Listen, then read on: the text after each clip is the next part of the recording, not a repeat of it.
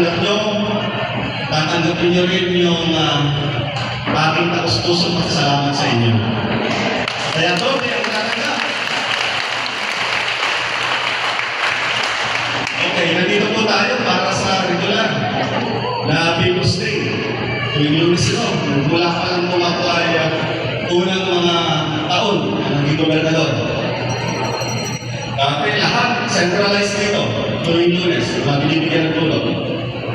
Pero nag-decision tayo na gumawa pa ng isang kapitolyo sa Kalamba. So dalawa na ang ating kapitolyo. Main Capitol, Santa Cruz, Extension, Kalamba. Kaya mapapansin nyo sa inyong mga katabi, wala dyan nila San Pedro, Binyang, Santa Rosa, Kalamba, Esbaños, Baeng, Kabuya. Lahat na nasa tabi ninyo, puro mga tiga-3rd and 4th district. So hinati natin ang operation ng Laguna. Bakit hinati? Para mas marami ang makalapit. At ang advantage naman sa inyo, hindi nyo na sila kasama sa pila. Ay isipin nyo, kung nandito yung 1st and 2nd district, puno-puno tayo. Yung pinakahuli sa pila, maaaring umabot ng alas 5 o alas 6. Diba? Pero ngayon, pinakalit na siguro, alauna, alas 2. So yun ang servisyo tama. Lumaba tayo ng mga paraan para mas marami tayo patulungan. Lumaki nga lang gastos. Inulit ko, lumaki ang gastos. Mas marami ng patulungan eh. Pero okay lang lumaki ang gastos na papunta naman sa mga tamang nangangailangan. Amen? At pinag-uusapan natin yung gastos, yung pera. Okay lang na i-expand natin yung mga nararating na natin tulong, mga proyekto at programa. Okay lang na lumaki ang gastos. Maayos naman ang ginawa natin patawag sa pera. Kaya meron tayong nagagastos. Kanina, inanggit ko po, magpapasalamat ako sa inyo. Dahil ako po ay kagraduate na bilang gobernador. 3 termino. Maraming salamat po sa inyong tulong at papa. At ipapasok ko na yung aking na-exit report pagkatapos ng aking pasalamat. Magre-report ako sa kalagayan ng Laguna sa ngayon matapos ako manungulan. Sa buod, mas maayos ang provincial government ngayon kumpara sa aking tinatnan noon. Yun yung tinakabot. Pagbibigay nila ako ng ilang halimbawa.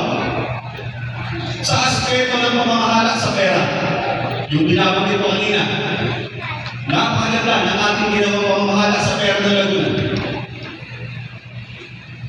Yung tinatnan ko noon, maliit lang ang pondo. 4 na bilyon. Isang taon. Maliit lang ang 4 na bilyon. Katumbas lang ang pondo ng ibang city mayor. Eh, ang city mayor, ang tinutulungan lang yung siyudad niya, samantalang si Gobernador at tinutulungan buong Laguna. Kung pares na kami ang pondo na 4 na bilyon, ibig sabihin, hindi maganda ang tinatnan mo noon. So, anong ginawa? Sinaayos natin ang mga gastusin. Pinagbawal ni Gobernador yung mga gastos na hindi naman importante. Minaximize natin yung mga pwede pagkitaan at pwede itagdag ng pondo. Ang tawag dyan ay good financial management. Tamang pamamahala sa pondo ng bayan. So ano na yung resulta?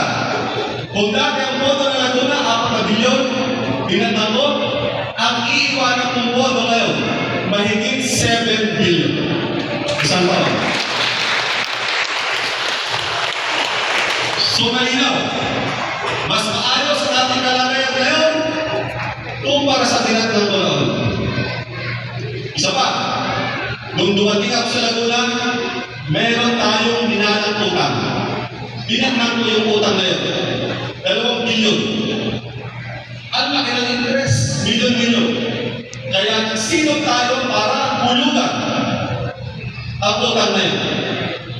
Naghuhulog tayo ng 200 million taon-taon. 10 taon na akong gobernador. 10 taon na tayo naghuhulog ng 200 million. Kaya, kasabay kong gagraduate na rin tayo sa pagkakautang. Bayad na ang ating utang. O diba? Dati may utang, doon dumating, doon aalis, bayad na. Kaya, mas maganda ang ating katayuan ngayon kumpara sa aking ginagawa. Iba ba mga konkretong halimbawa? Huwag na tayo lumayo. Ito nga pagbibigay ng tulong na dahil ng ating ginagawa. Ang pondo rito dati ay 40 million lang isang taon. Dahil mas marami na tayo tutulungan ngayon, dalawa ng ating kapitolyo, ang pondo natin dito sa pagbibigay ng tulong, umaabot ng 300 million isang taon. Mas mataas ang pondo, mas marami yung tutulong. Again, mas maayos ang ating kalagayan ngayon kumpara sa ating dinatnanong. Sa panghalimbawa, Scholar ng Laguna, nagagaling ko lang doon, sports complex, nagbigay tayo ng allowance. Scholar ng Laguna, dati 6,000 lang. Taon-taon, dagdag. Last year, umabot ng 20,000 ang Scholar ng Laguna. At ngayong taon ito, magiging 25,000 na yung Scholar ng Laguna. Mas marami. Again, mas maayos ngayon kumpara sa dati. Hindi ko na po isa-isahin lahat ng bagay. Iba pa mga programa at proyektong ginawa natin. Nagbigay na lang ako ng halimbawa para mas malinaw po yung aking maliwanag. Lahat ng yan, resulta ng tamang pamamahala. Lahat ng yan, resulta ng servisyong tama. Matatapos na ang aking termino. Dapat, yung termino wala na matapos. Yung tamang pamamahala sa Laguna, dapat matuloy-tuloy pa rin. Yung serbisyong tama na aking sinimulan, dapat matuloy-tuloy pa rin kahit tapos na ang aking termino. So ano ang dapat mangyari? Simple. Dapat merong magtuloy. Tapos na ang termino eh. Dapat merong magtuloy noong mga magaganda kong nasimulan. 4 ang kandidatong gobernador. 4 ang kandidatong gobernador. Yung isa dyan, yung aking asawa, si Gobernadora Rose Hernandez.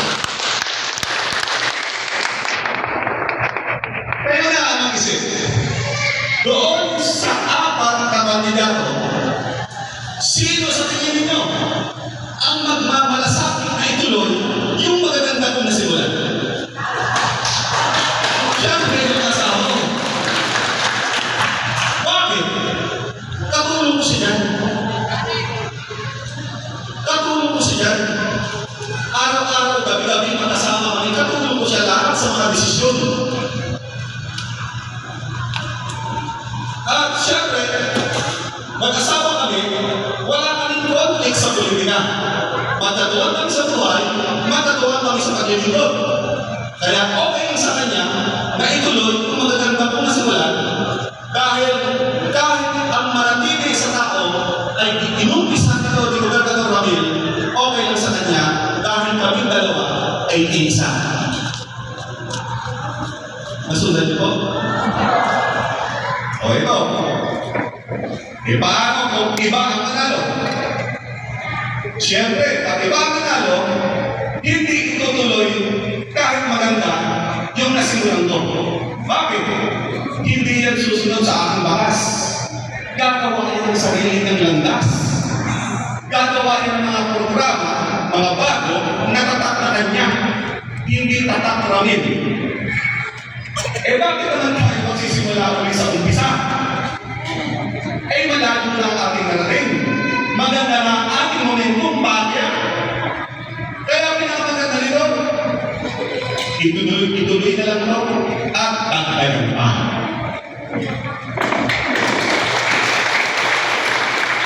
Sa mga mahal kong kalaligan, hindi ko ini-endorso si Gobernador Aaron Hernandez dahil asawa ko lang siya.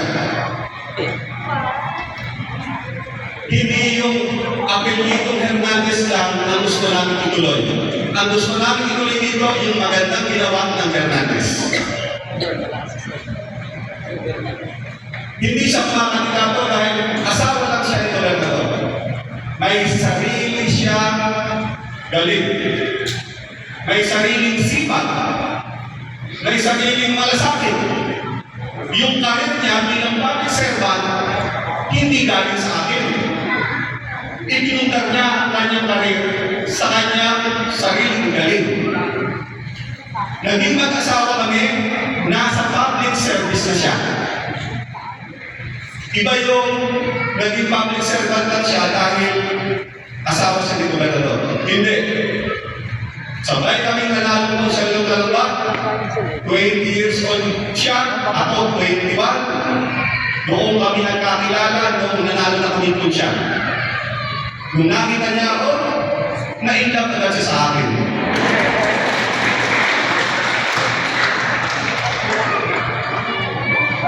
Siyempre, ako ng ligaw.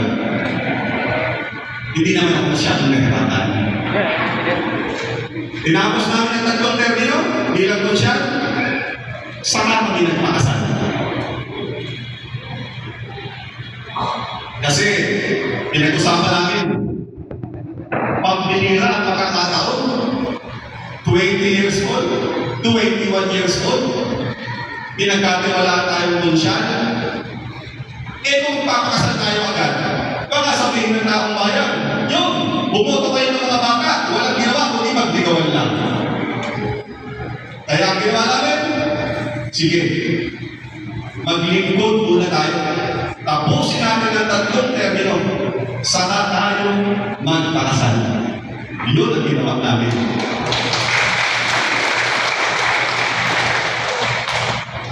Noong nagbuntis, tumigil muna sa politika. Hindi ko lang po ikomento kung bakit nagbuntis. Ako nagpatuloy sa karera. Umangat ako ng umangat. At nung malaki na ang aming anak, nagpaalam. Naminis niya ang public service. Gustong bumalik sa politika. Bumalik, nakabalik-balik nun siya. Tumakbong bukan, number 1 bukan sa buong Laguna. Tumakbong congressman, unang laban lang, panalo. Ikalawang laban, panalo ulit. Wala pa siyang talo. Kahit isa. Hindi tama ang sinabi ko. May sariling galing. May sariling talino. Hindi lang siya ordinaryong asawa ko. Hindi ko ba na? Kahit wala ako, kaya niya maging gobernador. Oras na lang, nandito ako.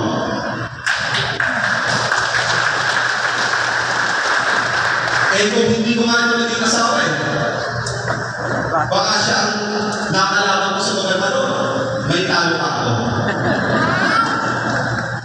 Okay. Hindi ko siya talunin.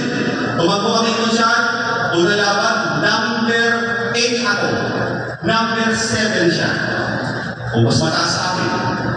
Pinalawang laban namin bilang ko siya, number 3 ako. Number 2 siya. O mas mataas na sa akin. Tumakbo kami kung siya ulit, last term, ulit termino. Number 2 ako. Siya ang number 1. Top notcher. Di ba totoo? May sariling galing. May sariling followers. Number 1 siya, ako number 2. Aba, nung nagpakasal kami, nung nagsama ang number 1 at number 2, mas mag-iban.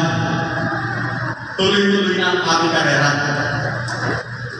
Naabot ko na itong aking posisyon, naabot na niya ang kanyang posisyon.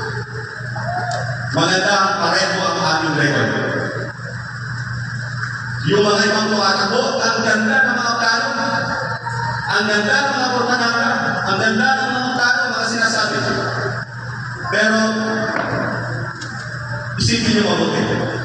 Plano pa lang yan. Pangako pa lang yan. Samantala rin sa atin, nakalakad na mga programa at proyekto, itutuloy na lang, bakit meron pa? May resibo na.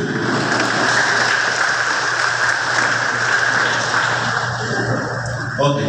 Tinatanong ko po kung dumating na. At nagsisiyan lang siguro si Sweetheart.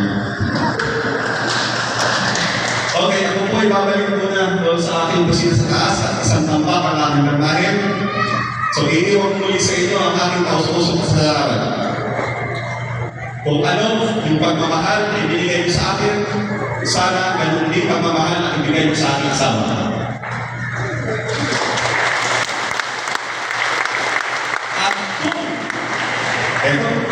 At kung ano naman yung maganda kong ginawa, yun din ang magandang gagawin ng aming asawa. Okay. Sige, antayin lang natin. Pero bago na ako, mahanap ko namin. Maraming salamat po. Mabuhay po tayo niya.